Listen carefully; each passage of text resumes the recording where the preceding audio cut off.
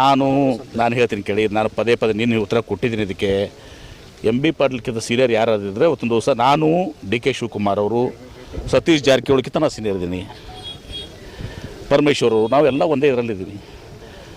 ನಾನು MB ಪಾಟೀಲ್ಕಿಂತ senior ಅಂದಾಗ DK Shivakumar ಅವರು, ಸತೀಶ್ ಜಾರಕಿಹೊಳಿ ಅವರು, ಪರಮೇಶ್ವರ್ ಎಲ್ಲರಿಗಿಂತ ಸೀನಿಯರ್ ಆದಂಗೆ ಆಯ್ತು.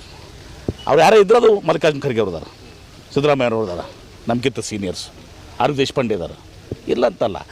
ಆದರೆ ಮುಖ್ಯಮಂತ್ರಿ ಮಾಡುವಂಥ ಸಂದರ್ಭ ಬಂದಾಗ ಈಗ ಕುರ್ಚಿ ಖಾಲಿ ಅಲ್ಲ.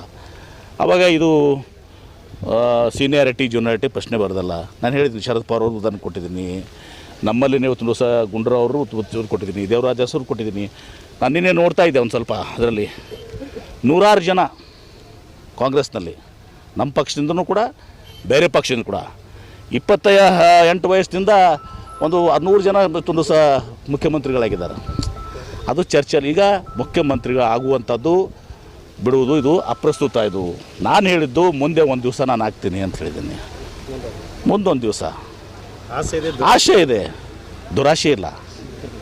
ಮತ್ತು ನಾನು ಆದರೆ ಇವತ್ತು ದಿವಸ ನಾನು ಜನರಿಗೆ ಒಳ್ಳೇದು ಮಾಡಬೇಕು ಅಂಥೇಳಿ ನಾನು ನೀರಾವರಿ ಮಂತ್ರಿ ಆದೆ.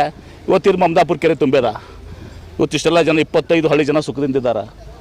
ನಾನು ಮುಖ್ಯಮಂತ್ರಿ ಆದರೆ ಒಂದು ದಿವಸ ವಿಜಯಪುರ ಜಿಲ್ಲೆ ಜನರಿಗೆ ಸಂತೋಷ ಅಲ್ಲ, ಕರ್ನಾಟಕ ಜನರಿಗೆ ಸಂತೋಷ ಅಲ್ಲ, ಒಳ್ಳೆ ಕೆಲಸ ಮಾಡ್ತೀನಿ ಆ ವಿಶ್ವಾಸ ನನಗಿದೆ. ಅದು ಈಗ ನಾನು ಸಿದ್ದರಾಮಯ್ಯನವರ ಅಥವಾ ಬೇರೆ ಯಾರೇ ಇವತ್ತು ದಿವಸವಾಗಲಿ ಪಕ್ಷ ಹೈಕಮಾಂಡ್ ನಿರ್ಧಾರ ಮಾಡಬೇಕಾಗ್ತದೆ. ಅದಕ್ಕೆಲ್ಲನೂ ಕೂಡ ಶಾಸಕರು ನಿರ್ಧಾರ ಮಾಡಬೇಕಾಗ್ತದೆ. ಅದನ್ನು ಬಿಟ್ಟು ನಾನು ನಿನ್ನೆ ಕೂಡ ಅದನ್ನು ಹೇಳಿದ್ದೀನಿ, ಮುಖ್ಯಮಂತ್ರಿ ಆಗಬೇಕಂದ್ರೆ ಸ್ವಯಂ ಘೋಷಿತ ಆಗಂಗಿಲ್ಲ, ಪಕ್ಷ ನಿರ್ಧಾರ ಮಾಡಬೇಕಾಗ್ತದೆ, ಶಾಸಕರು ನಿರ್ಧಾರ ಮಾಡಬೇಕಾಗ್ತದೆ. ಮತ್ತು ಯಾರನ್ನು ತೆಗೆದು ಮಾಡುವಂಥ ಕೆಲಸಕ್ಕೆ ನಾವು ಕೈ ಹಾಕುವಂಥ ಪ್ರಶ್ನೆನೇ ಬರೋದಿಲ್ಲ. ಸಿದ್ದರಾಮಯ್ಯನವರು ಮುಖ್ಯಮಂತ್ರಿ ಆಗಿದ್ದಾರೆ, ಮುಖ್ಯಮಂತ್ರಿಯಾಗಿ ಮುಂದುವರಿತಾರೆ. ಮುಂದೊಂದು ದಿವಸ ನಾನು ಆಗ್ತೀನಿ, ಅದು ಮತ್ತೆ ಮಾತಾಡಲ್ಲ.